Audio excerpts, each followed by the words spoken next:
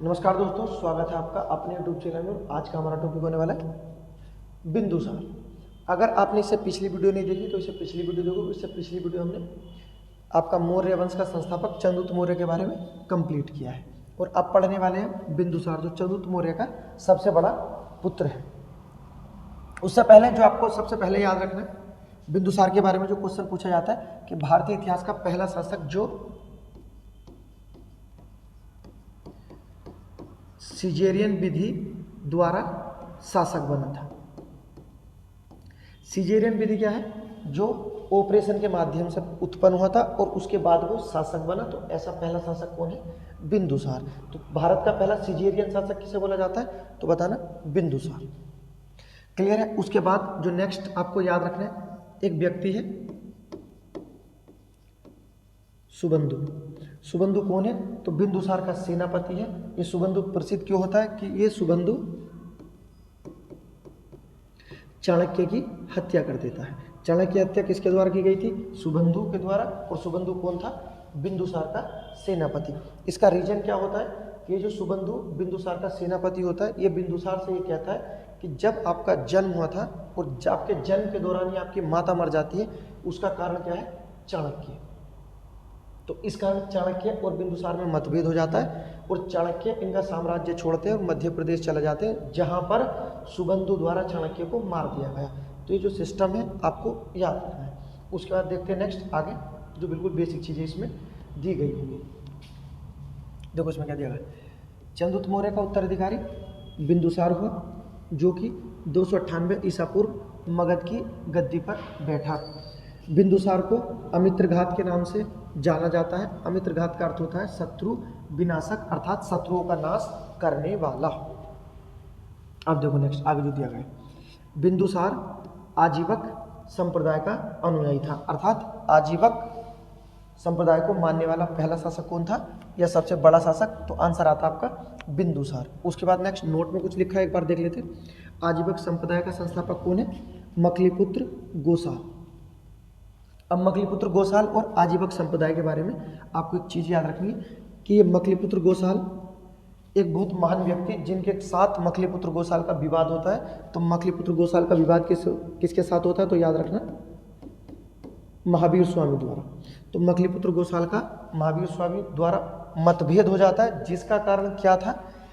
ये जो मकलीपुत्र गोसाल थे, ये मानते थे कि आदमी का जो जीवन है या जो भी आदमी जीता है, किस आधार पर जीता है?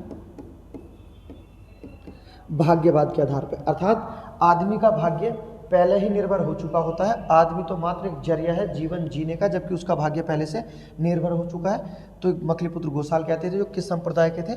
आजीवक संप्रदाय। तो याद रखना, आजीवक संप्रदाय की समानता है भाग्यवाद को, जबकि महावीर स्वामी की समानते थे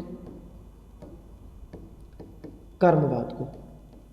ठीक है, तो कर्मवाद और भाग्यवाद के आधार पर किसमें मतभेद हुआ? कहना मकलीपुत्र गोसाल जो आजीवक संप्रदाय के थे और महावीर स्वामी जो जैन संप्रदाय के थे।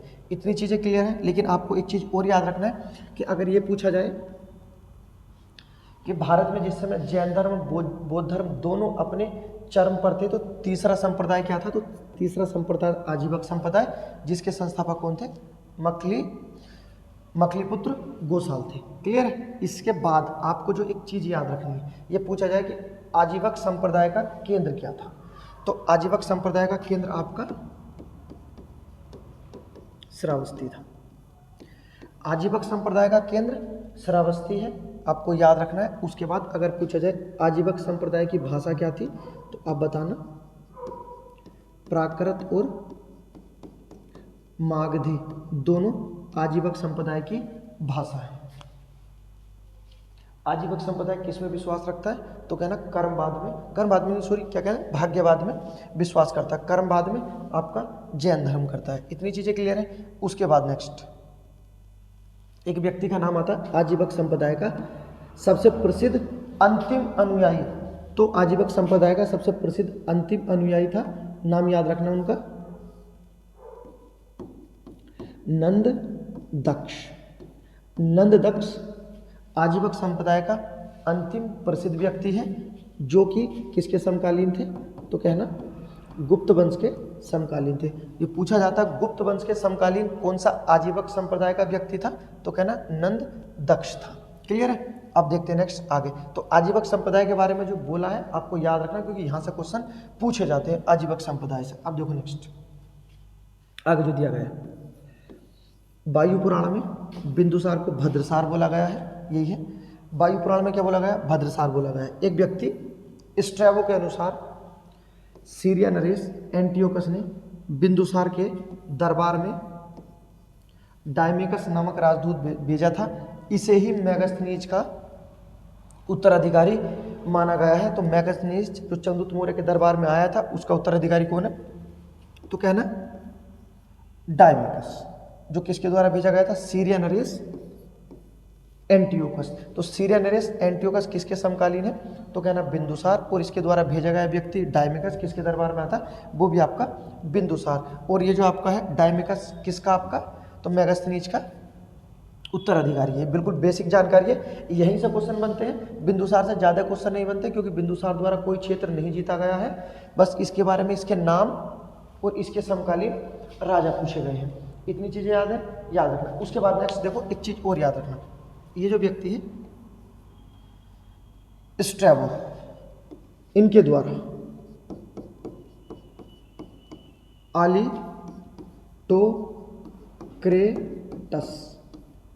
आलिटोक्रेटस, स्ट्रैबो के अनुसार आलिटोक्रेटस किसे बोला गया? तो स्ट्रैबो के अनुसार आलिटोक्रेटस बिंदुसार को बोला गया है।